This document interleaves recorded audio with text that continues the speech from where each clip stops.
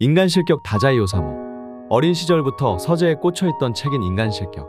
책은 얇았지만 표지의 그림에서 느껴지는 으스스한 느낌에 이 책만은 안 읽고 그냥 뒀었어요. 그러고 대학교에 들어가고 나서 워낙 유명하니 한번 읽어보자라는 마음으로 읽었습니다. 처음 읽었을 땐 주인공인 요조를 보고 뭐야 이 자기 회피 끝판왕 찌질이는 라고 느꼈습니다. 한참 지나 다시 두 번째로 읽었을 땐 부끄럼 많은 생애를 보냈습니다 라고 솔직하게 털어놓는 요조가 대단하다고 느껴졌습니다. 과연 나라면 저 정도로 솔직하게 털어놓을 수 있을까? 그 후로도 가끔 우울하거나 날씨가 울적한 날은 이 소설이 생각이 납니다. 이미 몇 번을 읽었지만 다시 읽고 싶어지는 그런 소설입니다. 책이 얇고 두껍지 않은 소설이지만 밀도가 어마어마한 책이라 책 읽기가 익숙하지 않은 분들은 어렵게 느끼실 수도 있는 책입니다. 인간 실격의 작가 다자이 오사무는 필명이고 본명은 쓰시마 슈즈입니다. 1909년에서 1948년까지 짧은 삶을 살았고 5번의 자살 시도 끝에 향년 39살의 나이로 스스로 삶을 마감한 일본의 대표 문학 작가입니다. 이 책은 화자인 나가 주인공인 오바요조의 세 편의 수기를 읽는 형식으로 구성되어 있는 액자식 구성입니다. 인간 실격 수기의 주인공 오바요조와 인간 실격의 작가 다자이 오사무는 동일 인물이 아닙니다. 오바요조는 작가가 만든 소설 속 허구의 인물일 뿐이죠. 하지만 그 둘의 삶은 매우 닮았습니다. 작품에 쓰인 것을 실제 작가의 이야기로 받아들이는 것은 위험한 일이다. 그러나 다자이 작품에는 허구와 사실이 혼재되어 있다는 사실을 감안할 때 작품 중 어떤 부분은 사실로 받아들여도 될 것이다. 인간 실격은 다자이가 평생 동안 겪었던 충격적인 사건들을 허구화한 작품이며 어떤 면에서는 자기의 명의 책으로 불리고 있다는 점에서 그가 죽음을 지향한 원인에 대한 해답을 제공한다. 자, 이제 어려운 얘기 그만하고 줄거리 좀 요약해서 알려줘. 첫 번째 수기에서는 요조의 어린 시절 이야기가 나옵니다. 이 책의 주인공 오바요조는 일본 명문 대주주 가문의 11남매 중 10번째 아들로 유복한 가정환경에서 잘생긴 외모로 태어났습니다. 하지만 늘 바쁘신 아버지와 병약한 어머니 사이에서 유모와 하인들의 손을 거쳐 자랐고 요조는 어린 시절 유모와 하인들에게 강간을 당했지만 그 누구에게도 말하지 못하고 혼자서만 앓은 상처가 있습니다. 그리고 요조는 사람에 대한 불안감을 가졌습니다. 설사 그게 가족이라 해도 남들에게 자신의 자아를 드러내지 않기 위해 광대짓을 합니다.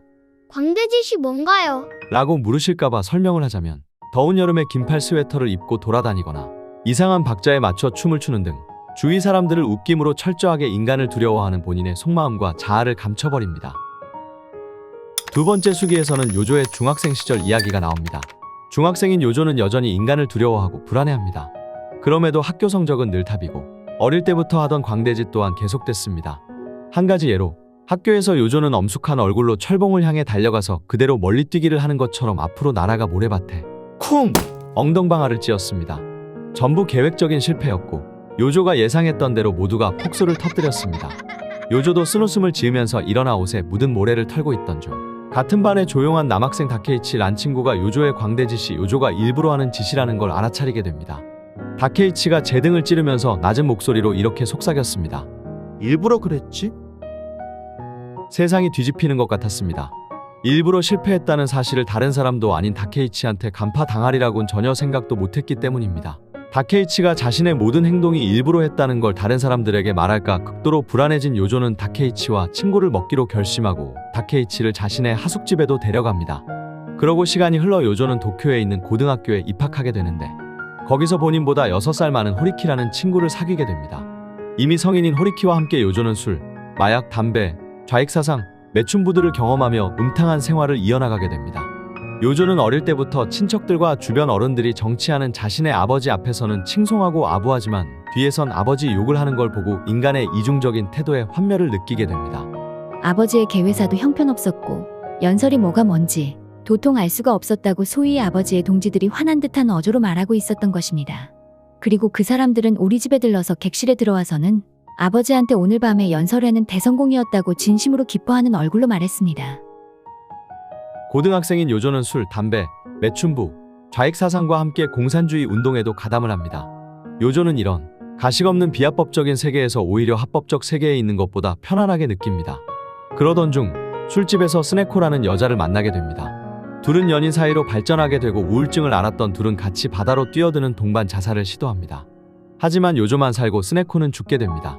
요조는 그 후 자살 방조죄로 경찰 조사를 받게 되는데 집안의 위력 때문인지 기소유예 처분만 받고 풀려나게 됩니다. 그 이후로 요조는 가족들에게 외면받는 신세가 됩니다. 세 번째 수기에서는 요조가 동반 자살 미수 사건으로 뉴스를 떠들썩하게 만든 이후 다니던 고등학교에서 퇴학 처분을 받게 됩니다. 그리고 무명의 만화가로 생계유지를 하던 중 3년 전 남편과 사별 후 시게코라는 어린 딸 하나와 살고 있는 시즈코라는 여자와 동거를 시작합니다. 딸 시게코는 요조에게 아빠라고 불렀고 시즈코와 함께 기둥서방처럼 3명에서 살아가던 중 어느 때처럼 호리키가 요조를 찾아와 계속 그런 식으로 살면 세상이 가만두지 않을 거라고, 세상이 너를 매장할 거라고 경고를 합니다. 호리키가 그렇게 말하자 불현듯 세상이라는 게 사실은 자네 아니야? 라는 말이 혀끝까지 나왔지만 호리키를 화나게 하는 게 싫어서 도로 삼켰습니다. 요조는 속에서는 하고 싶은 말들이 뒤끓고 있었지만 행여나 호리키의 기분을 상하게 할까봐 그저 진땀나네하며 허허 웃음만 지었습니다. 그리고 요조는 그 일 이후 세상이라는 게 개인이 아닐까라는 생각을 하며 예전보다는 조금 덜 겁내고 조금 더 멋대로 자신의 의지대로 행동할 수 있게 되었습니다. 요조는 어느 날 밤 시즈코와 딸 시게코의 대화를 우연히 엿듣고 자신이 두 사람의 행복을 망친다고 생각해 아무 말 없이 떠나 다시는 그 집에 돌아가지 않았습니다. 행복한 거야.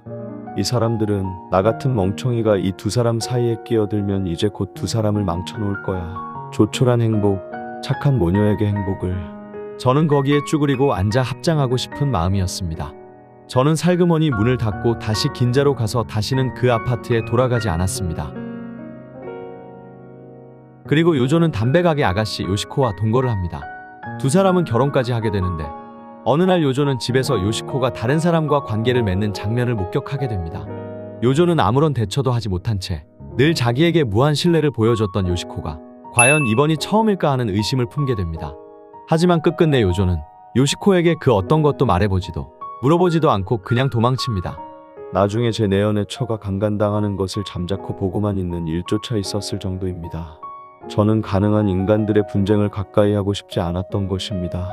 그 후로 요조는 술과 마약에 더 빠지고 그리던 만화도 거의 외설에 가까운 걸 그리게 됩니다.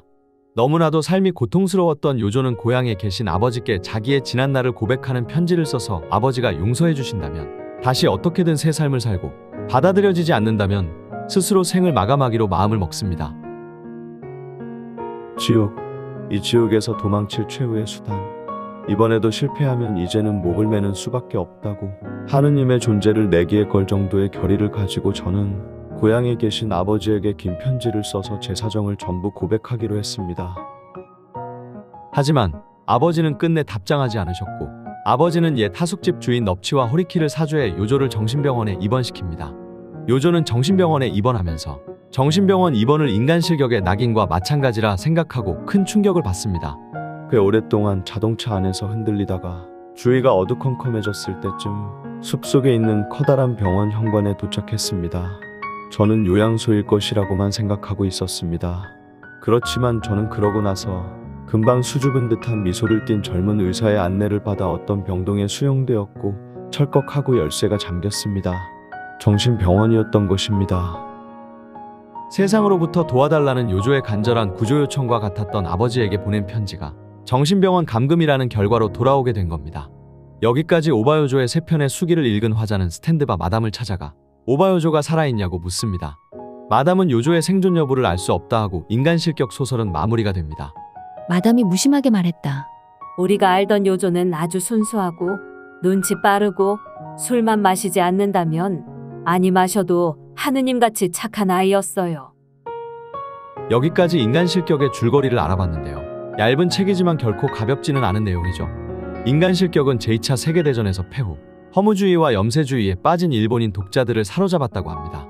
다자이 오사무가 자살 직전 1948년 발표한 그의 삶을 반추하는 자전적 소설이고 다자이 오사무도 오바요조처럼 감염성 우울증을 앓았던 걸로 추정됩니다.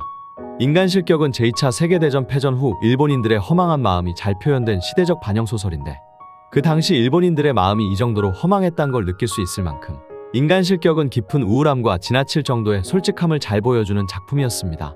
개인적으로 읽으면서 요조가 가진 인간에 대한 공포, 그 공포로 인한 광대짓, 쉽게 여자들과 관계를 가지는 등 그의 심리적 상태를 완전히 공감하며 따라가긴 어려웠지만 담담하고 솔직하게 써내려간 수기 내용과 예측할 수 없는 다양한 사건들로 책에서 눈을 뗄 수가 없었습니다.